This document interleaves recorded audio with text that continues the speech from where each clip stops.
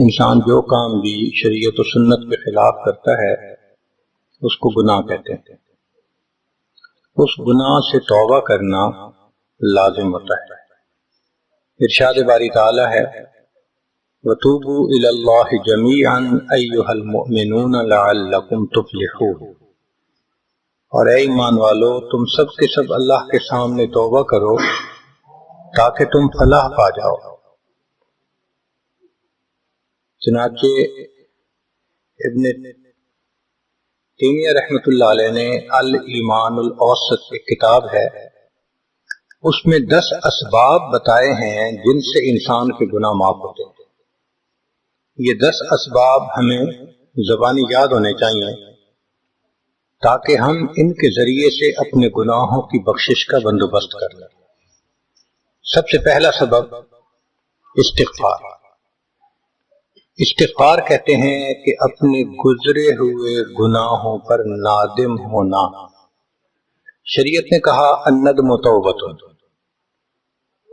ندامت یہ توبہ ہے. اور حدیث مبارکہ میں ہے کہ قیامت کے دن سب سے زیادہ خوش انسان وہ ہوگا من وجد فی صحیفتہ استغفارا کثیرا، جس کے نام اعمال میں کثرت کے ساتھ استغفار لکھا ہوا ہوگا. تو ہمیں کثرت سے استغفار پڑھنا چاہیے. چنانچہ ایک شخص حضرت حسن اللہ عنہ کے پاس آیا، حضرت بہت گناہگار ہوں، کوئی عمل بتائیں. فرمایا استغفار پڑھو. ایک اور آدمی آیا، حضرت بارش نہیں ہو رہی، کوئی عمل بتائیں. فرمایا استغفار پڑھو. پھر ایک آدمی آیا کہ حضرت بہت قرضہ چڑھ گیا، دعا کریں کہ کوئی اسباب بن جائیں رزق کے، مال کے، تاکہ قرضہ اتر جائے. فرمایا استغفار پڑھو. پھر ایک شخص آیا کہ حضرت دعا کریں اللہ مجھے بیٹا دے دے. فرمایا استغفار پڑھو. ایک آدمی آیا میرا باغ ہے، دعا کریں کہ میرا پھل زیادہ لگے. فرمایا استغفار کرو. ایک آدمی آیا میری کھیتی باڑی کی زمین ہے، دعا کریں پانی اندر سے نکل آئے. فرمایا استغفار کرو. اب سننے والا حیران کہ مختلف لوگ مختلف ضروریات آ کر بیان کرتے رہے، سب کے لیے ایک ہی جواب. تو اس نے پوچھا کہ حضرت کیا مسئلہ؟ تو فرمایا کہ دیکھو یہ جواب میں نے اپنی طرف سے نہیں دیا، قرآن مجید سے دیا ہے. اللہ تعالیٰ ارشاد فرماتے ہیں قرآن مجید میں فَقُلْتُ اسْتَغْفِرُوا رَبَّكُمْ إِنَّهُ كَانَ غَفَّارًا. تو سب سے پہلے استغفار کرنے سے گناہوں کی بخشش ہوتی ہے. یرسل السماء علیکم مدرارا، تمہارے اوپر اللہ بارشیں برسائے گا. ویمددکم باموال، اللہ مال کے ذریعے تمہاری مدد کرے گا. وبنین، اور بیٹوں کے ذریعے مدد کرے گا. ویجعل لکم جنات، اور اللہ تعالیٰ تمہیں درختوں پہ پھل زیادہ عطا کرے گا. وَيَجْعَلْ لَكُمْ أَنْهَارًا، اور اللہ تعالیٰ تمہارے لیے زمین سے چشمے جاری کروا دے. آپ اگر غور کریں تو ہماری روز مرہ کی جو پریشانیاں ہیں وہ انہی میں سے ہیں. کوئی بیٹے کے لیے پریشان، کوئی کاروبار کے لیے پریشان، کوئی قرضوں کی وجہ سے پریشان. اس کا مطلب یہ ہے کہ اگر ہم استغفار کرنے کی عادت ڈال لیں تو ہمیں کسی اور عمل کی ضرورت ہی نہیں. اور یہ عمل قرآن مجید میں بتایا گیا ہے، یہ پروردگار عالم کا کلام ہے. ہم استغفار کم کرتے ہیں، کم از کم 100 مرتبہ صبح اور شام استغفار کا کرنا معمول بنا لینا چاہیے. آپ لوگ ڈرائیو کرتے ہیں اپنے دفتر جاتے ہوئے تو راستے میں جو آدھا گھنٹہ لگتا ہے اس میں کیا کرنا ہوتا ہے؟ بعض لوگ نعت سن لیتے ہیں، تلاوت سن لیتے ہیں، وہ بھی عبادت ہے. لیکن اس سے زیادہ بہتر یہ ہے کہ انسان خود پڑھے کچھ. تو اگر اس دوران آپ استغفر اللہ ہی پڑھتے رہیں تو سینکڑوں دفعہ استغفار نامہ اعمال میں لکھا جائے گا. اور اگر پورا پڑھ لیں استغفر اللہ ربی من کل ذنب واتوب الیہ، تو یہ سونے پہ سہاگے والی بات ہے. تو اپنے ٹائمنگز کو ایسے ایڈجسٹ کریں کہ اس میں درود استغفار کثرت کے ساتھ آپ پڑھ سکیں. کیونکہ حدیث پاک میں یہ فرمانا کہ قیامت کے دن وہ بندہ بہت خوش ہوگا جس کے نام اعمال میں استغفار زیادہ ہوگا. دوسرا سبب ہے توبہ. توبہ اور استغفار بہت قریب قریب ہیں، ان میں لائن آف ڈیمارکیشن ڈالنا تھوڑا ڈیفیکلٹ ہے، مگر علماء نے لکھا ہے کہ استغفار پچھلے گناہوں پہ ریپینٹنس کو کہتے ہیں، اور توبہ آئندہ گناہوں کو کمٹ نہ کرنا، اس کی کمٹمنٹ کرنا، عزم کرنا، اس کو کہتے ہیں. توبہ عزم جازم، ایک عہد کرنا کہ میں نے آج کے بعد گناہ نہیں کرنا، یہ توبہ کہلاتا ہے. تو گویا توبہ کا تعلق آئندہ گناہ نہ کرنا، استغفار کا تعلق پاسٹ کے ساتھ ہے کہ میں نے جو کیا برا کیا، اللہ بس میری غلطی کو پلیز معاف کر دے، اس کو استغفار کہتے ہیں. اور یہ استغفار کا حکم اللہ رب العزت نے اپنے حبیب صلی اللہ علیہ وسلم کو دیا. فسبح بحمد ربک واستغفرہ، حکم ہے، صیغہ ہے امر کا. اللہ کے محبوب صلی اللہ علیہ وسلم کو اگر یہ حکم ہے تو سوچئے پھر ہمیں استغفار کرنے کی کتنی ضرورت ہے. توبہ ہر بندے پہ کرنی ضروری. چنانچہ کافر ہے تو وہ کفر سے توبہ کر کے مسلمان بن جائے، مومن ہے گناہوں سے توبہ کر کے نیک بن جائے. جو نیک ہے وہ جو اپنے اعمال کے اندر غفلت ہوتی ہے، نماز کی غفلت، ذکر میں غفلت، تلاوت میں غفلت، اس غفلت سے توبہ کرے. اور جو کہے کہ جی میں تو اس سے بھی توبہ کرتا ہوں، تو بھئی ہم جو اعمال کرتے ہیں یہ اس کوالٹی کے تو نہیں کہ اللہ تعالیٰ کے ہاں قبولیت پا سکے. اب پھر استغفار کرنا کہ اللہ اس کو قبول کر لیجئے، کیونکہ اللہ کے محبوب صلی اللہ علیہ وسلم نے فرمایا ما عبدنا کا حق کا عبادت، اے اللہ ہم نے عبادت نہیں کی جیسے عبادت کرنے کا حق تھا. اگر سید الاولین والآخرین صلی اللہ علیہ وسلم یہ فرماتے ہیں، ہم کس کھیت کی گاجر مولی ہیں، ہماری عبادتیں کیا عبادتیں. تو استغفار کرنا، توبہ کرنا ہم میں سے ہر بندے پر لازم ہے. تیسری چیز جس سے کہ گناہ معاف ہوتے ہیں، الحسنات الماحیہ، نیکیاں. جو انسان نیک اعمال کرتا ہے تو گناہ دھل جاتا ہے. نیک اعمال کی مثال صابن کی ہے، گناہوں کی مثال میل کی چیز ہے. صابن جتنا زیادہ لگتا ہے اتنا میل دھل جاتی ہے. ان الحسنات یذہبن السیئات. یہاں شیطان دھوکہ دیتا ہے. مثلا اگر کوئی بچہ تعلیم پا رہا ہے مگر کوئی گناہ بھی کرتا ہے، تیرے علم کا کیا فائدہ، گناہ تو چھوڑتا نہیں. بھائی اگر گناہ کرتے ہیں تو علم تو الٹا ان گناہوں کو دھوئے گا، وہ علم ہی چھڑوا دیتا ہے تاکہ دھونے کا مسئلہ ہی نہ رہے. اب عورت سوچے گی میں پردہ تو کرتی نہیں، نمازوں کا کیا فائدہ. یہ دھوکہ ہے شیطان کا. بھئی آپ نمازیں پڑھتی رہو، اس نمازوں کی برکت سے اللہ پھر پردے کی بھی توفیق دے دیں گے. تو نیکی نہیں چھوڑنی چاہیے کبھی بھی. یہ سوچ کے جی میں اچھا تو ہوں نہیں، کیا فائدہ. فائدہ ہے. جب اللہ فرما رہے ہیں کہ نیکیاں گناہوں کو دھو دیتی ہیں، بھئی گناہ تو ہم چھوڑتے نہیں اور نیکی آرام سے چھوڑ دیتے ہیں، یہ کہاں کی لاجک ہے. تو اس لیے نیکی بھاگ بھاگ کے کرنی چاہیے. اگر گناہ ہے تو نیکی اور زیادہ کریں تاکہ نیکی کی برکت سے گناہوں کی ظلمت ختم ہو جائے اور دھل جائے. حدیث پاک میں ہے بندہ گناہ کرتا ہے لکھ دیا جاتا ہے، دوسرا گناہ، تیسرا، 5 گناہ کرتا ہے، پھر اس کے بعد وہ ایک نیکی کرتا ہے تو نیکی والا فرشتہ کہتا ہے کہ دیکھو اللہ کے ہاں دستور ہے من جاء بالحسنۃ فلہ عشر امثالھا، اس کو 10 نیکیاں ملنی تھی، تم نے 5 گناہ لکھے ہیں نا، اچھا تم 5 گناہ مٹا دو، میں نامہ اعمال میں 10 نیکیوں کی بجائے صرف 5 نیکیاں بیلنس وہ ڈال دیتا ہوں. چنانچہ 5 گناہ مٹا دیے جاتے ہیں، 5 نیکیاں نامہ اعمال میں لکھ دی جاتی ہیں.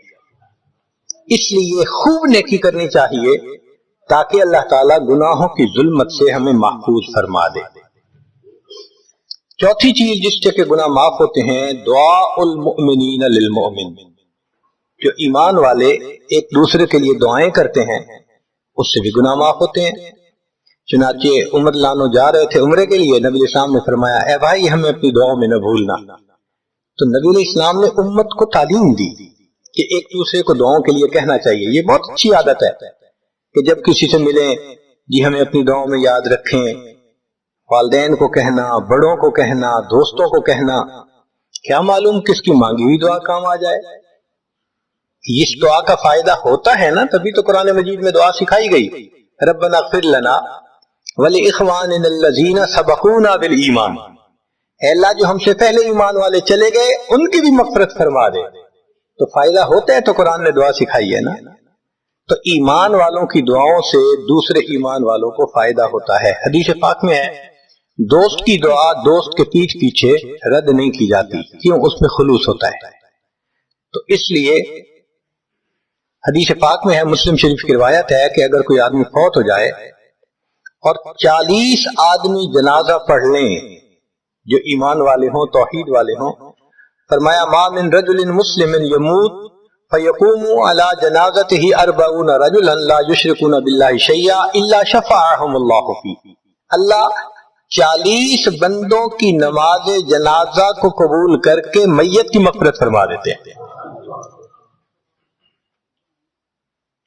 پانچواں عمل ما یعمل للمیت من اعمال البر، ہم اپنے فوت شدہ لوگوں کے لیے جو نفل کے کوئی نیک کام کرتے ہیں اس سے بھی ان کے گناہ معاف ہوتے ہیں۔ مثلا صدقہ کر دیا، قرآن پاک پڑھا، ان کو بخش دیا، ان کی طرف سے عمرہ کیا، حج کیا، ان نفلی اعمال کا ثواب ان کو ملتا ہے، اس کی وجہ سے ان کے گناہوں کو معاف کر دیا جاتا ہے۔ چنانچہ حضرت شیخ الحدیث رحمۃ اللہ علیہ نے فضائل ذکر میں یا کسی اور کتاب میں واقعہ لکھا ہے کہ ایک اللہ والے تھے، قبرستان کے قریب سے جاتے ہوئے انہوں نے کچھ پڑھ کے قبرستان والوں کو بخش دیا۔ رات خواب دیکھا کہ وہی قبرستان والے ہیں اور ایک آدمی آتا ہے جیسے کوئی ڈاک تقسیم کرنے والا ڈاکیا ہوتا ہے، اور سب اس کی طرف بھاگ پڑتے ہیں جیسے ڈاک لینے کے لیے ہو۔ ایک بندہ پیچھے آرام سے بیٹھا ہوتا ہے، وہ پوچھتا ہے کیا معاملہ؟ وہ کہتے ہیں کہ یہ فرشتہ آیا ہے، روزانہ کی جو ڈاک آئی ہے نا نیکیوں کی، جو اولاد نے، رشتہ داروں نے، دوستوں نے کیے، لہذا وہ اعمال نیکیاں ملتی ہیں تو یہ سب لوگ جاتے ہیں کہ نیکیاں ملیں گی، ہمارا درجہ بڑھے گا۔ اس نے کہا کہ آپ کو ضرورت نہیں ہے؟ کہنے لگا ہاں میں لے لوں گا، مگر میرا ایک بیٹا ہے جسے میں نے قرآن پاک کا حافظ بنایا، اس کی دکان ہے، وہ سارا دن دکان پہ بیٹھا رہتا ہے اور ساتھ ساتھ قرآن پڑھتا رہتا ہے، تو مجھے اتنی نیکیاں مل جاتی ہیں کہ میں بعد میں لے لوں گا۔ اس نے کہا بیٹا کہاں؟ اس نے کہا فلاں جگہ دکان ہے۔ وہ اللہ والے جب وہاں گئے اگلے دن تو دیکھا کہ ایک نوجوان ہے اور وہ بیٹھا ہوا ہے، گاہک آتا ہے تو اس کو سودا بیچ دیتا ہے، جب گاہک کوئی نہیں ہوتا تو وہ قرآن پڑھنا شروع کر دیتا ہے۔ تو وہ سمجھ گیا کہ میرا خواب سچا تھا، اس بچے کے قرآن پڑھنے سے اس کے والد کو خوب بینیفٹ مل رہا ہے۔ کچھ عرصے کے بعد دوبارہ پھر اسی قبرستان کے قریب سے گزرے، پھر انہوں نے کچھ پڑھ کے بخش دیا۔ رات خواب میں دیکھا کہ اب جب تقسیم ہوا تو سب بھاگے تو وہ بندہ بھی بھاگا۔ انہوں نے کہا آپ بھی بھاگ رہے ہو؟ کہنے لگا ہاں میں اس لیے بھاگ رہا ہوں کہ میرا وہ بیٹا فوت ہو گیا، اب مجھے قرآن پڑھ کے بخشنے والا کوئی ایسا ہے نہیں، تو جو عام ایمان والوں کا ثواب آتا ہے میں بھی اسی میں سے اپنا حصہ لینے کے لیے جا رہا ہوں۔ تو ایمان والوں کے ان اعمال کا ثواب بھی ملتا ہے، اور اصل میں یہ اسی بندے کا اپنا عمل ہوتا ہے۔ یہ ذہن میں رکھنا کہ جو ایمان والے پڑھ کے بخشتے ہیں نا، اس کا ثواب کیوں ملتا ہے؟ اس کا اپنا عمل۔ دیکھو اس نے نیکوں سے تعلق جوڑا، وہ بھی تو ہوتے ہیں جن کے مرنے کے بعد پیچھے ریچھ کتے کی لڑائی کرواتے ہیں، میلے لگواتے ہیں، موسیقی کی محفلیں ہوتی ہیں، وہ بھی تو ہوتے ہیں نا، تو ان کو کچھ نہیں ملتا۔ اس بندے نے نیکوں سے محبت کی، یہ اس کا اپنا عمل ہے، اس کی محبت کی وجہ سے اب یہ لوگ اس کو پڑھتے ہیں، اللہ اس کو ثواب پہنچا دیتے ہیں، اس کے اپنا عمل ہے ایسی۔ پھر چھٹی چیز جس کی وجہ سے گناہ معاف ہوتے ہیں، المصائب التي يكفر الله بها الخطايا في الدنيا، دنیا میں انسان کو جو مشکلات، تکلیفیں، مصیبتیں پہنچتی ہیں ان کی وجہ سے گناہ معاف کر دیا جاتا ہے۔ کوئی مصیبت دنیا میں پہنچتی ہے گناہ معاف ہوتے ہیں۔ چنانچہ نبی علیہ السلام تشریف فرما تھے چراغ بجھ گیا. نبی اسلام نے فرمایا انا للہ و انا الیہ راجعون. ام المومنین عائشہ رضی اللہ عنہا نے پوچھا اللہ کے حبیب صلی اللہ علیہ وسلم یہ تو پڑھتے ہیں جب کوئی آدمی فوت ہو جاتا ہے. فرمایا عائشہ مومن کو جو بھی دنیا میں تکلیف غم پہنچتا ہے اگر وہ اس کے اوپر انا للہ پڑھ لے اس کو ثواب ملتا ہے. تو سوچنے کی بات ہے چراغ کے بجھنے پر اگر ثواب ملتا ہے تو کسی عزیز کی زندگی کا چراغ بجھ گیا اس پر کتنا ثواب ملے گا. اس لیے تکلیف آئے تو پریشان ہونے کی بات نہیں ہوتی، صبر کرنے کی بات ہوتی ہے. انسان بے صبری کے ذریعے خواہ مخواہ اس تکلیف پر ملنے والے ثواب سے اپنے آپ کو محروم کر دیتا ہے. بے صبری سے تکلیف ختم نہیں ہوتی، ثواب ملنا بند ہو جاتا ہے. تو بے صبری کا کیا فائدہ؟ اور ہو سکتا ہے کہ یہ مصیبت جو آئی یہ بندے نے خود مانگی ہو. یہ بھی عجیب بات ہے. آپ کہیں گے جی کوئی بندہ مصیبت تو نہیں مانگتا. ہاں ہو سکتا ہے مانگی ہو. کیسے کہ دعا مانگی اللہ مجھے قیامت کے دن میرے محبوب صلی اللہ علیہ وسلم کے ہاتھوں حوض کوثر کا جام عطا کر دینا. اللہ نے دعا قبول کر لی. عمل تو ہے نہیں کہ یہ نعمت نصیب ہو. تو اب کیسے ملے گا؟ اللہ تعالی بیماری مصیبت پریشانی کچھ اس کے اوپر بھیج دیتے ہیں. اگر یہ بندہ اس پر صبر کر لیتا ہے اس کو بہانہ بنا کر اللہ اس کو وہ نعمت عطا فرما دیتے ہیں. چنانچہ ایک بزرگ تھے 70s میں تھے، بیوی بھی اسی طرح بہت نیک تھی. بیوی نے کہا کہ میرا بڑا دل چاہتا ہے کہ نبی علیہ الصلوۃ والسلام کا دیدار نصیب ہو. میں بڑا درود شریف پڑھتی ہوں نفل پڑھتی ہوں مگر مجھے واضح زیارت نہیں ہوئی. آپ کو کوئی عمل آتا ہو تو بتا دیں. انہوں نے کہا عمل آتا ہے کرو گی؟ کہا بالکل کروں گی. کہنے لگے اچھا جمعہ کا دن آ رہا ہے خوب نہا دھو کے وہ جو دلہن والے کپڑے تھے نا تمہارے کناری والے گوٹے وہ پہننا اور میک اپ کرنا خوشبو لگانا اور میں بس جمعہ پڑھ کے آؤں گا تو پھر ٹھیک. اس نے کہا بہت اچھا. وہ اللہ کی بندی نہائی دھوئی دلہن کی طرح خوب تیار ہوئی کپڑے دلہن والے پہنے. ان بزرگوں نے جمعہ کی نماز پڑھی تو ساتھ بھائی کا گھر تھا اس کی یعنی ان کی بیوی کا.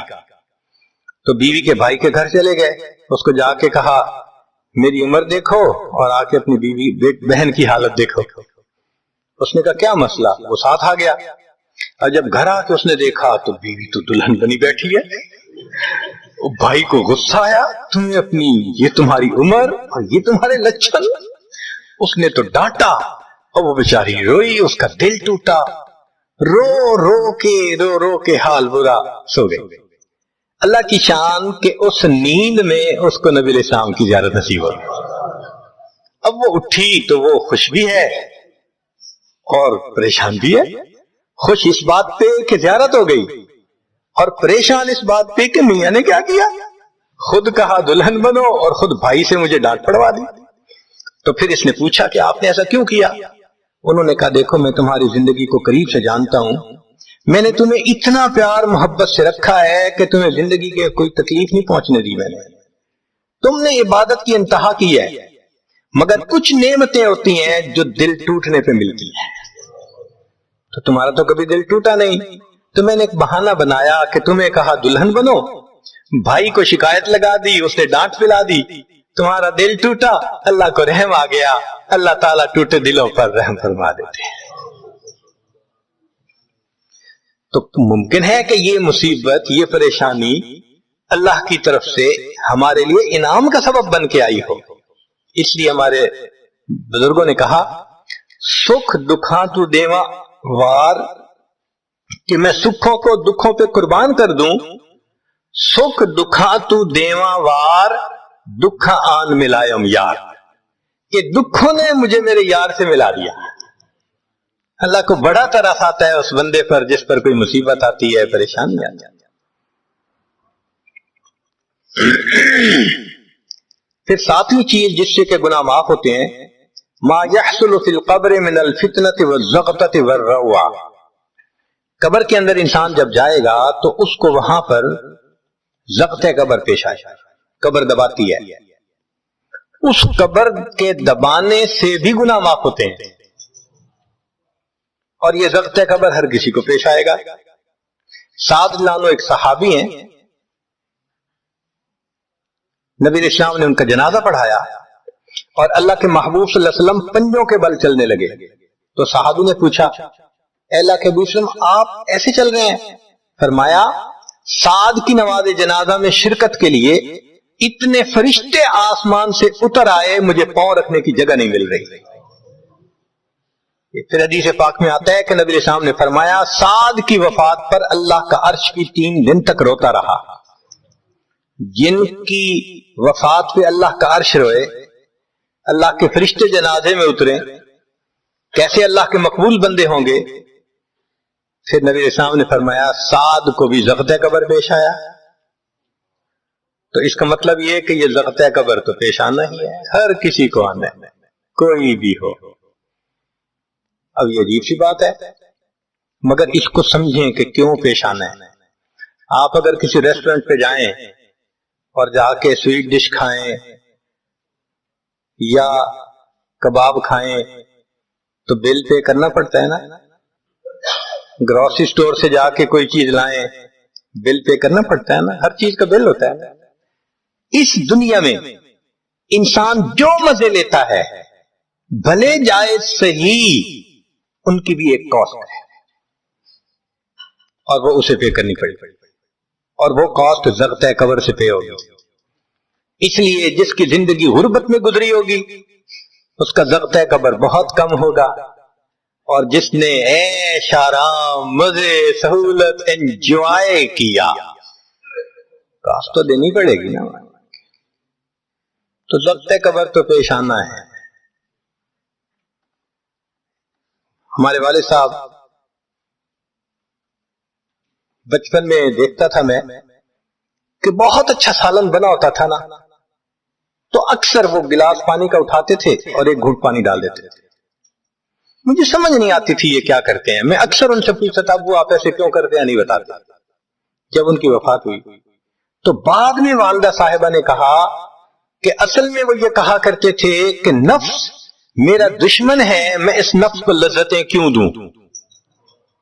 وہ لذیذ کھانے کے اوپر بھی ایک گھونٹ پانی ڈال کے اس کو کم مزے والا بنا لیا کرتے تھے، جائز لذتوں کو بھی کم کر لیتے تھے۔ ہمارا کیا حال ہوگا جو ناجائز لذتوں کے پیچھے بھاگتے پھرتے ہیں۔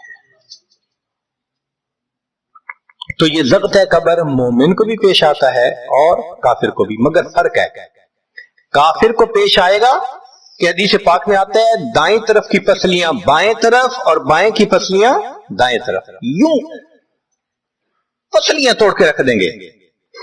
اور مومن کو بھی ضغط قبر پیش آئے گا، مگر مومن کو ضغط قبر تکلیف نہیں دے گا اتنی اگر نیک ہوا۔ کیوں؟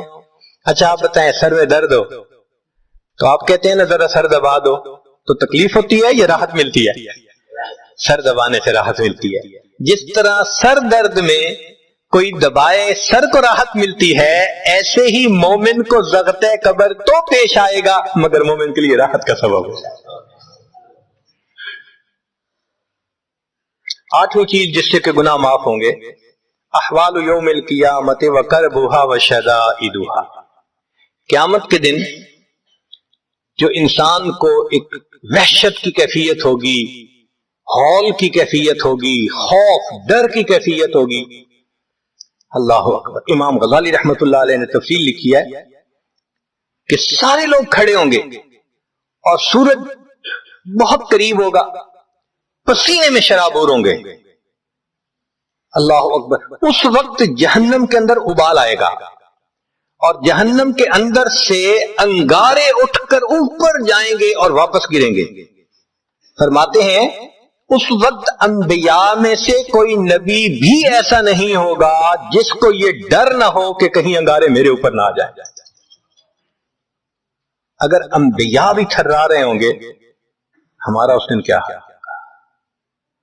تو قیامت کے دن کی دہشت اور وحشت کوئی چھوٹی چیز نہیں ہے، مگر اس سے بھی اللہ تعالیٰ ایمان والوں کے گناہوں کو معاف فرما دے۔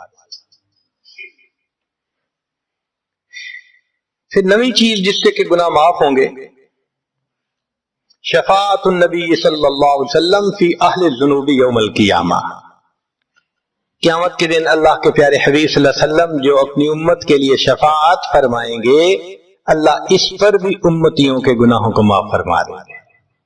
نبی اسلام نے ارشاد فرمایا کہ اللہ رب العزت نے ہر نبی علیہ السلام کو ایک ایسی دعا مانگنے کا اختیار دیا کہ جیسی دعا مانگی جائے گی منوان قبول ہو جائے گی۔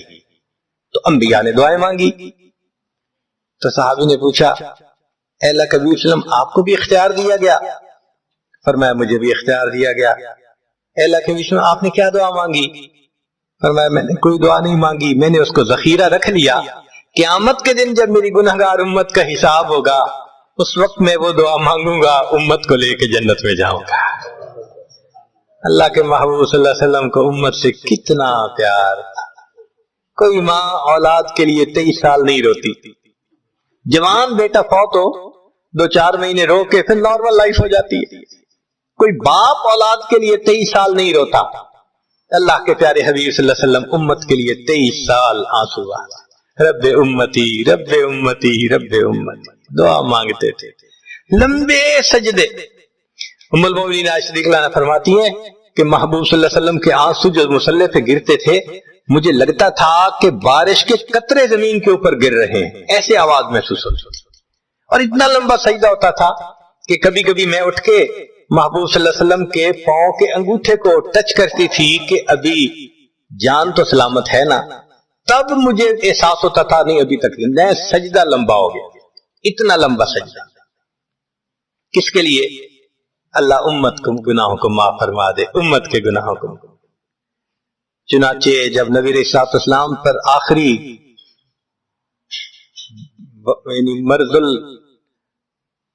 مرض آئی، بیماری کی کیفیت آئی، تو اللہ کے حبیب صلی اللہ علیہ وسلم کو بخار بہت تیز ہو گیا تھا، اور جو مسجد میں آخری مرتبہ لائے تھے تو 2 آدمی تھے، ایک ادھر تھا ایک ادھر تھا، اور اللہ کے حبیب صلی اللہ علیہ وسلم نے ان کا سہارا لیا تھا اور بہت مشکل سے چل کے تشریف لائے تھے۔ یہ آخری نماز، پھر واپس تشریف لے گئے، بخار اور تیز ہو گیا۔ سیدہ عائشہ رضی اللہ عنہا فرماتی ہیں کہ میں نے اوپر کپڑا سا ڈال دیا، کپڑے کے اوپر سے مجھے گرمی محسوس ہو رہی تھی، میں نے پانی کا ایک پیالہ پیش کیا، اللہ کے حبیب صلی اللہ علیہ وسلم پانی کے پیالے میں ہاتھ مبارک ڈالتے تھے اور اپنے چہرے پہ لے رہے تھے، اور جسم تھا کہ جیسے کوئی گرم چیز میں سے گرمی نکل رہی ہوتی ہے،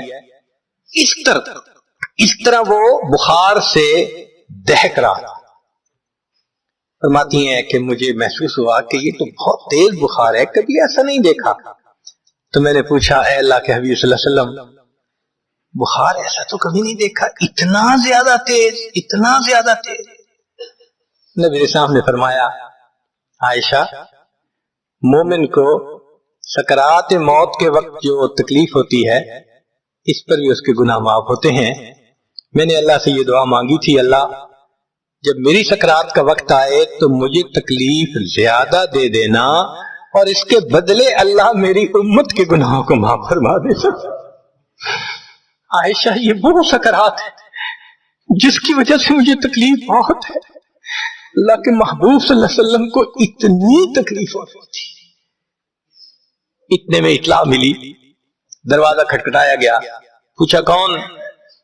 جواب ملا جبریل علیہ السلام اور اسرائیل علیہ السلام اجازت مانگتے ہیں آنے کی۔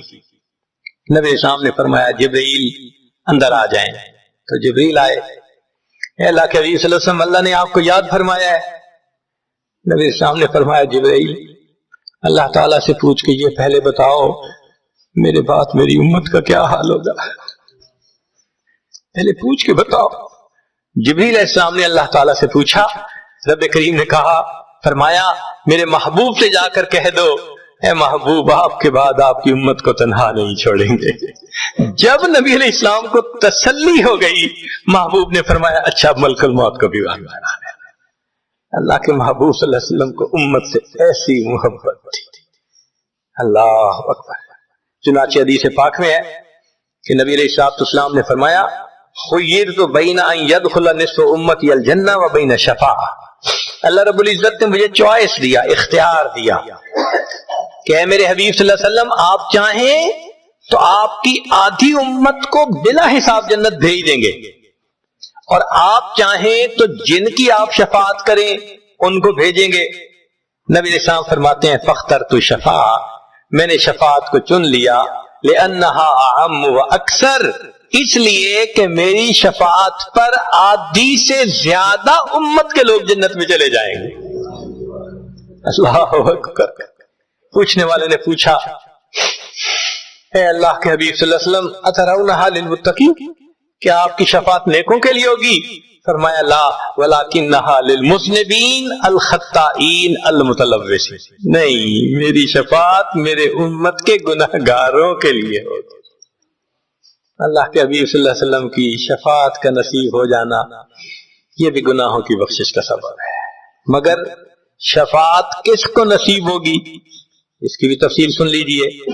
کچھ لوگ ہوتے ہیں سنت کو دیکھتے ہیں ان کا دل خوش ہو جاتا ہے، وہ سنت رکھنے والے کو انکریج کرتے ہیں، اس کو مورل سپورٹ دیتے ہیں، نہیں تم نے اچھا کیا۔ اور کچھ وہ ہوتے ہیں کہ جو دیکھتے ہیں چہرے پہ سنت سجی، کیا ملا بن گئے، کیا تم نے چہرے پہ کر لیا۔ علماء نے لکھا جس نے سنت کو دیکھ کر ناگواری کا اظہار کیا اس نے اپنے آپ کو شفاعت سے محروم کر لیا۔ یہ نہیں ہے کہ ہم سنت کا مذاق بناتے پھریں اور ہمیں شفاعت نصیب ہوگی، نہیں، احترام ہو دل میں سنت کا۔ نبی علیہ الصلوۃ والسلام کی ایک ایک سنت پہ قربان ہو انسان، جب یوں محبت ہوگی تو پھر نبی علیہ الصلوۃ والسلام کی شفاعت بھی ان کے لیے ہوگی۔ 10واں سبب جس سے کہ گناہ معاف ہوں گے، رحمت اللہ و عفوہ و مغفرتہ بلا سبب من العباد۔ قیامت کے دن انبیاء کرام شفاعت کریں گے، بخشش ہوگی، پھر علماء کریں گے، شہداء کریں گے، پھر سب جنتی شفاعت کریں گے، حتیٰ کہ کوئی ایسا نہیں رہے گا کہ جو کسی اور کی شفاعت کرے، اور وہ لوگ جہنم میں ہوں گے کہ جن کا کوئی جنتی واقف ہی نہیں ہوگا۔ اللہ اکبر۔ سالوں وہ جہنم میں جلتے رہیں گے، جلتے رہیں گے، پھر ایک وقت آئے گا کہ ان میں سے جن کے دل میں تھوڑا سا بھی ایمان ہوگا نا، اگرچہ اس کی شفاعت کرنے والا کوئی نہیں ہوگا، ان کو بھی اللہ بخشنے کا سبب بنائیں گے۔ وہ کیسا ہوگا؟ حدیث پاک میں آتا ہے کہ یہ جو ایمان والے ہوں گے نا، ان کے اور کافروں اور مشرکین کے درمیان جو دیوار تھی نا آگ کی، اس کو ذرا ٹرانسپیرنٹ اللہ بنائیں گے، تو مشرکین دیکھیں گے اور کہیں گے ہم تو جل ہی رہے تھے، اور تم تو کلمہ پڑھتے تھے، تم بھی یہاں جل رہے ہو۔ تو وہ جب ان کو کلمے کا تانا دیں گے کہ تمہارا نام تو مسلمانوں والا تھا نا، تو اس وقت وہ جہنمی اللہ سے فریاد کریں گے، اللہ تیری توحید کا تانا دیتے ہیں، کہاں گیا تمہارا خدا، تم بھی ہمارے ساتھ جل رہے ہو۔ جب وہ فریاد کریں گے اللہ تعالیٰ جبرائیل علیہ السلام کو فرمائیں گے جبرائیل جاؤ، جس کے دل میں ذرہ برابر بھی تمہیں ایمان نظر آتا ہے اس کو بھی جہنم سے نکال، ان کو بھی جہنم سے نکال دیا جائے۔ پھر اس کے بعد وہ بچیں گے کہ جن کا ذرہ ایمان بھی نہیں فرشتے کو نظر آئے گا، مگر اللہ فرمائیں گے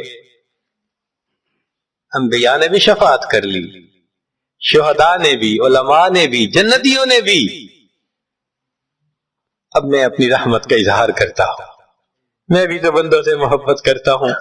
حدیث پاک میں ہے ثلاث حشیات، یوں کر کے اگر گندم ہونا اور انسان دونوں ہاتھوں کو ایسے کرے تو اس کو لپ کہتے ہیں، لپ بھرنا، تو اس میں ہزاروں چاول کے دانے آ سکتے ہیں۔ سوچئے اللہ رب العزت لپ بھریں گے تو وہ کتنی بڑی ہوگی، کھربوں لوگ ہوں گے، ایک لپ کو بھر کے نکالا جائے گا، پھر دوسری کو نکالا جائے گا، پھر تیسری لپ بھر کے نکالیں گے، پھر ایک حوض ہوگا، کہا جائے گا جہنمی کو اغتسل فی ھذا الغدیر، اس حوض کے اندر تم جاؤ غسل کرو۔ جب وہ غسل کریں گے بالکل ان کے جسم صحیح سلامت ہو جائیں گے، پھر اللہ تعالیٰ ان کو جنت عطا فرمائیں گے، مگر ان کے ماتھے پر لکھا ہوا ہوگا اتقاء الرحمن، کہ رحمان نے اپنی رحمت سے ان کو رعایتی پاس کر دیا، وہ جنت میں جائیں گے۔ اب جو جنت میں جائیں گے تو جنتی لوگ ان کے ساتھ ملیں گے، خوش ہوں گے، مگر کہیں کہیں کوئی ان کو کہے گا ہم تو اللہ کے فضل سے سیدھا آ گئے، تم تو آیا فلاں جگہ سے آئے ہو نا، رعایتی پاس ہو۔ اب جب ان کو رعایتی پاس کا تانا ملے گا تو ان کو عجیب لگے گا۔ پھر ایک وقت آئے گا کہ یہ سب اتقاء الرحمان اللہ کے سامنے فریاد کریں گے، اللہ آپ نے اپنی رحمت سے جہنم سے نکال دیا، جنت بھیج دیا، یہ جو مہر ایک لگا دی یہ بھی تو اتار دیجئے نا۔ تو اللہ تعالیٰ ان کی مہر کو ختم فرمائیں گے اور یہ جنت میں رہنے لگ جائیں گے۔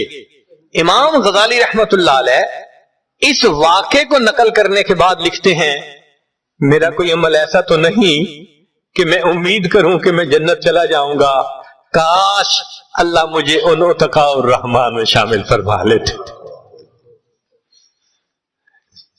کاش کہ اللہ تعالیٰ مجھے ان اتقاء الرحمان میں شامل فرما لیتے۔ بے گناہوں میں چلا زاہد جو اس کو دیکھنے، مغفرت بولی ادھر آ میں گنہگاروں میں ہوں، وہ کرشمے شان رحمت نے دکھائے روز حشر، چیخ اٹھا ہر بے گناہ میں بھی گنہگاروں میں ہوں۔ اللہ اکبر۔ حضرت قاری طیب صاحب رحمت اللہ علیہ ایک کتاب میں لکھتے ہیں اتنا اللہ کی رحمت کا ظہور ہوگا، اتنا ظہور ہوگا اس دن، ایک ایسا وقت آئے گا کہ شیطان بھی سر اٹھا کر دیکھے گا، اسے بھی امید لگے گی شاید میری بھی مغفرت کر دی جائے۔